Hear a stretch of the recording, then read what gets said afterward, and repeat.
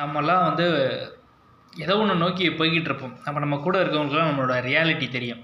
ஆனால் நம்ம கூட இருக்கிறதுலே யாரோ ஒருத்தருக்கு வந்து நம்மளோட ஃப்யூச்சரை வந்து இது இப்படி போனால் போகலாம் அப்படின்னு ஐடென்டிஃபை பண்ணி, அண்ணே நீங்களாம் இப்படி இப்படி ஆயிடுவீங்களாண்ணே, அண்ணே நீங்கள் இப்படி இதெல்லாம் வாங்கிடுவீங்களாண்ணே அப்படின்னு ஒரு அசாத்திய தைரியத்தில் பேசுவோம் நம்மளை பற்றி நம்மக்கிட்டே.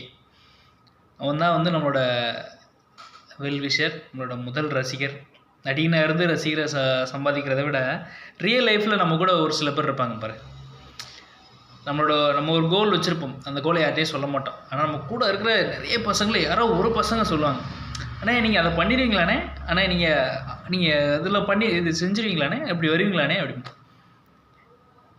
நம்ம யோசனைலாம் ஓடும்.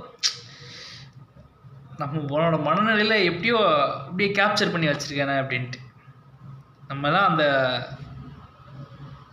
நம்ம ஒரு கோல் வச்சுருப்போம்ல, அங்கே போனோடனே அவனை யோசிச்சு பார்த்தோன்னே ஒரு கூஸ் பம்ப் வரும்.